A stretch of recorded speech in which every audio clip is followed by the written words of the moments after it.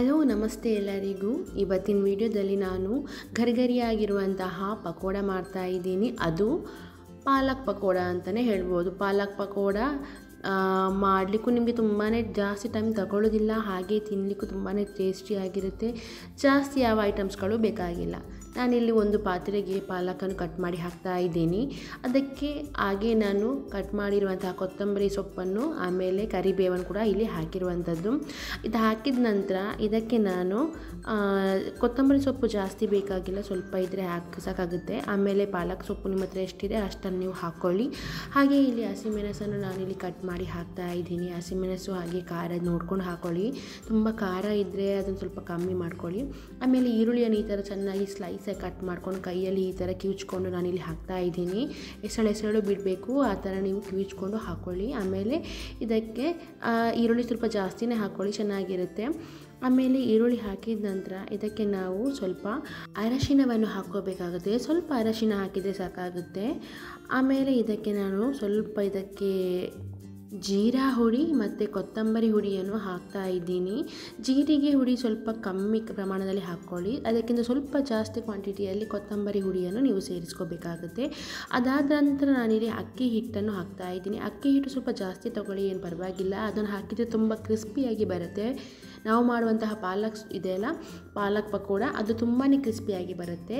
So ಇದಾದ ನಂತರ ನಾನು ಇದಕ್ಕೆ ಸ್ವಲ್ಪ ಕಡಲೆ ಹಿಟ್ಟನ್ನು ಆ್ಯಡ್ ಮಾಡ್ತಾ ಇದ್ದೀನಿ. ಕಡಲೆ ಹಿಟ್ಟು ನಿಮಗೆ 1-2 ಸ್ಪೂನ್ ಸಾಕಾಗುತ್ತೆ. ಯಾಕಂದರೆ ಮತ್ತೆ ನಾವು ಇದನ್ನು ಮಿಕ್ಸ್ ಮಾಡುವಾಗ ಸ್ವಲ್ಪ ನೋಡಿಕೊಂಡು ಹಾಕ್ಕೊಂಡು ಮಿಕ್ಸ್ ಮಾಡ್ಕೋಬೇಕಾಗುತ್ತೆ.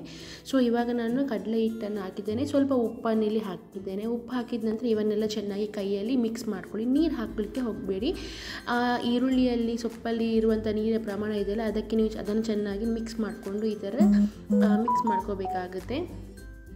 ಸ್ವಲ್ಪ ಚೆನ್ನಾಗಿ ಈ ಥರ ಮಿಕ್ಸ್ ಮಾಡ್ಕೊಳ್ಳಿ ಕೈಯಲ್ಲಿ. ಎಲ್ಲನೂ ಚೆನ್ನಾಗಿ ಮಿಕ್ಸ್ ಆಗಬೇಕು. ಅದಾದ ನಂತರ ಸ್ವಲ್ಪವೇ ನೀರು ಹಾಕ್ಕೊಂಡು ಇದನ್ನು ನೋಡಬೇಕು. ನೀವು ನೀರು ಬೇಕು ಅಂತ ಹೇಳಿದ್ರೆ ಸ್ವಲ್ಪ ನೀರನ್ನು ಹಾಕ್ಕೊಳ್ಳಿ. ಸ್ವಲ್ಪ ನೀರು ಹಾಕ್ಕೊಂಡು ಇದನ್ನು ಮಿಕ್ಸ್ ಮಾಡಿಕೊಂಡು ಇದರ ಹಿಟ್ಟನ್ನು ಸ್ವಲ್ಪ ಚೆನ್ನಾಗಿ ಒಂದು ಅದಕ್ಕೆ ಬರುವಾಗಿ ನೀವು ರೆಡಿ ಮಾಡ್ಕೋಬೇಕಾಗುತ್ತೆ. ಮಿಡ್ಲಲ್ಲಿ ನೀವು ಬೇಕಾದರೆ ಸ್ವಲ್ಪ ಕಡಲೆ ಹಿಟ್ಟನ್ನು ಸೇರಿಸ್ಕೋಬೇಕಾಗುತ್ತೆ.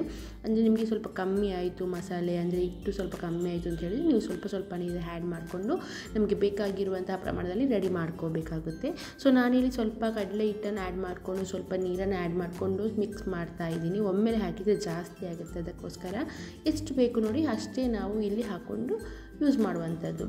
ಮಿಡ್ಲಲ್ಲಿ ನಮಗೆ ನೀರು ಬೇಕಿದೆ ನೀರು ಆ್ಯಡ್ ಮಾಡಿಕೊಂಡು ಕಡಲೆ ಹಿಟ್ಟು ಸ್ವಲ್ಪ ಬೇಕಿದೆ ಸ್ವಲ್ಪ ಆ್ಯಡ್ ಮಾಡಿಕೊಂಡು ಈ ಥರ ನಾವು ಮಸಾಲೆಯನ್ನು ಅಂದರೆ ಹಿಟ್ಟನ್ನು ಸ್ವಲ್ಪ ರೆಡಿ ಮಾಡ್ಕೋಬೇಕು. ಇದು ಹಿಟ್ಟು ರೆಡಿ ಆಗಿದೆ ನೋಡಿ. ಕೈಯಲ್ಲಿ ನಾವು ಒಂದು ಮುದ್ದೆ ಅಂತ ಅದು ನಿಮಗೆ ಕೈಗೆ ಸಿಕ್ಕಬೇಕು.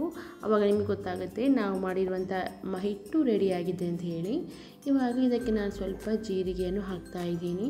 ಜೀರಿಗೆಯನ್ನು ಹಾಕಿದ ನಂತರ ಒಮ್ಮೆ ಚೆನ್ನಾಗಿ ಈ ಥರ ಮಿಕ್ಸ್ ಮಾಡ್ಕೋಬೇಕಾಗುತ್ತೆ. ಸ್ವಲ್ಪ ಚೆನ್ನಾಗಿ ಜಾಸ್ತಿ ಹಾಕಬೇಕು ಅಂತ ಏನಿಲ್ಲ, ಜೀರಿಗೆ ಸ್ವಲ್ಪ ಹಾಕಿದೆ ಫ್ಲೇವರಿಗೋಸ್ಕರ. ಚಂದ ತಿನ್ನುವಾಗ ಬಾಯಿಗೆ ಸಿಕ್ಕೊಳ್ಳುವಾಗ ಒಂದು ಟೇಸ್ಟೇ ಬೇರೆ ಇರುತ್ತೆ. ಸೊ ಅದಕ್ಕೋಸ್ಕರ ಇವಾಗ ನೋಡ್ಬೋದು ಯಾವ ರೀತಿ ಬಂದಿದೆ. ಇದು ರೆಡಿಯಾಗಿದೆ. ಸೊ ಇಷ್ಟು ಸಾಕಾಗುತ್ತೆ, ಇಷ್ಟೇ ಸಾಕಾಗುತ್ತೆ. ನಾನೀಗ ಸ್ವಲ್ಪ ಎಣ್ಣೆಯನ್ನು ಬಿಸಿ ಮಾಡಲಿಕ್ಕೆ ಇಟ್ಕೊಂಡು ಅದಕ್ಕೆ ನಾನು ಸ್ವಲ್ಪನೇ ಕೈಯಲ್ಲಿ ತೆಗೆದು ಪಾಲಕ್ ಪಕೋಡಕ್ಕೆ ಮಾಡಿರುವಂತಹ ಹಿಟ್ಟನ್ನು ನಾನು ಸ್ವಲ್ಪನೇ ಎಣ್ಣೆಯಲ್ಲಿ ಬಿಡ್ತಾ ಇದ್ದೀನಿ. ನೋಡ್ಬೋದು ಸ್ವಲ್ಪ ಚಿಕ್ಕ ಪ್ರಮಾಣದಲ್ಲಿ ಹಾಕ್ಕೊಂಡೆ ಸಾಕಾಗುತ್ತೆ. ಅದು ಫ್ರೈ ಆಗೋಕ್ಕೆ ಸ್ವಲ್ಪ ಜಾಸ್ತಿನೇ ಕ್ವಾಂಟಿಟಿಯಲ್ಲಿ ಬರುತ್ತೆ, ಅದಕ್ಕೋಸ್ಕರ ನೋಡಿ. ಇವಾಗ ಈ ಥರ ನಾನು ಮಾಡಿಕೊಂಡು ಎಣ್ಣೆಯಲ್ಲಿ ಕರಿತಾ ಇದ್ದೀನಿ. ನೀವು ಹಾಗೆ ಇದನ್ನು ಮಾಡಿಕೊಂಡು ಒಮ್ಮೆಲೆ ಸೌಟಿನಲ್ಲಿ ನೀವು ಇದನ್ನು ತಿರುಗಿಸ್ಲಿಕ್ಕೆ ಹೋಗಬೇಡಿ. ಸ್ವಲ್ಪ ಹೊತ್ತಾದ ನಂತರ ಈ ಥರ ತಿರುಗಿಸ್ಕೋಬೇಕಾಗುತ್ತೆ. ಓಕೆನಾ? ಸೊ ಇವಾಗ ಇದು ನೋಡಬೇಕು, ನಿಮಗೆ ಕಂದು ಬಣ್ಣ ಬರೋ ತನಕ ಇದನ್ನು ಫ್ರೈ ಮಾಡ್ಕೋಬೇಕು. ಕಂದು ಬಣ್ಣ ಬರೋ ತನಕ ತಿರುಗಿಸಿ ಇದನ್ನು ಚೆನ್ನಾಗಿ ಫ್ರೈ ಮಾಡ್ಕೋಬೇಕಾಗುತ್ತೆ. ಈ ರೀತಿ ಕಲರ್ ತುಂಬಾ ಚೆನ್ನಾಗಿ ಬರಬೇಕು, ಬ್ರೌನ್ ಕಲರ್ ಬರಬೇಕು, ಫ್ರೈ ಆಗಿರಬೇಕು. ಪಾಲಕ್ ನಿಮಗೆ ಫ್ರೈ ಆಗಲಿಕ್ಕೆ ಜಾಸ್ತಿ ಟೈಮ್ ತಗೊಳ್ಳೋದಿಲ್ಲ. ಅದೇ ಈರುಳ್ಳಿ ಚೆನ್ನಾಗಿ ಫ್ರೈ ಆಗಬೇಕಾಗುತ್ತೆ. ಅದಕ್ಕೆ ನೀವು ಚೆನ್ನಾಗಿ ಈ ಥರ ತಿರುಗಿಸ್ತಂದರೆ ಮಿಕ್ಸ್ ಮಾಡಬೇಕು. ಎರಡೂ ಬದಿಯಲ್ಲಿ ಚೆನ್ನಾಗಿ ನೀವು ಇದನ್ನು ಫ್ರೈ ಮಾಡ್ಕೋಬೇಕಾಗುತ್ತೆ. ಫ್ರೈ ಮಾಡ್ಕೊಂಡ ನಂತರ ಇದನ್ನು ಒಂದು ಪ್ಲೇಟಿಗೆ ನಾನು ಸರ್ವ್ ಮಾಡ್ತಾ ಇದ್ದೀನಿ. ನೀವು ನೋಡ್ಬೋದು. ಹಾಗೆ ಉಳಿದ ಇದು ಹಿಟ್ಟನ್ನು ಕೂಡ ಸೇಮ್ ಇದೇ ರೀತಿಯಲ್ಲಿ ನಾನು ಫ್ರೈ ಮಾಡಿ ತೆಗೆಯುವಂಥದ್ದು.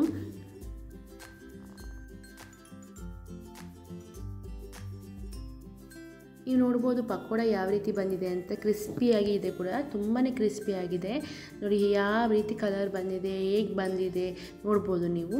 ಕಲರ್ ಕೂಡ ಹಾಗೇ ಇದೆ, ತಿನ್ನಲಿಕ್ಕೆ ಕ್ರಿಸ್ಪಿಯಾಗಿದೆ, ತುಂಬಾ ಟೇಸ್ಟಿಯಾಗಿದೆ. ಇಲ್ಲಿ ನೋಡ್ಬೋದು ನೀವು. ನಾನು ಇನ್ನೊಂದು ರೌಂಡಲ್ಲಿ ನಾನು ಇದನ್ನು ಎಲ್ಲ ಹಾಕ್ಕೊಂಡು ಈ ಥರ ಫ್ರೈ ಮಾಡ್ತಾ ಇದ್ದೀನಿ. ಇದು ಹಾಗೆ ಎರಡೂ ಬದಿಯಲ್ಲಿ ಚೆನ್ನಾಗಿ ಇಲ್ಲಿ ಫ್ರೈ ಮಾಡಿ ನಾನು ತೆಗೆದು ಪ್ಲೇಟಿಗೆ ಹಾಕುವಂಥದ್ದು. ಸೊ ಇವಾಗ ನೋಡ್ಬೋದು ಹಿಟ್ಟನ್ನೆಲ್ಲ ಈ ಥರ ನಾನು ಮಾಡಿ ಫ್ರೈ ಮಾಡಿ ಇಟ್ಕೊಳ್ತಾ ಇದ್ದೀನಿ.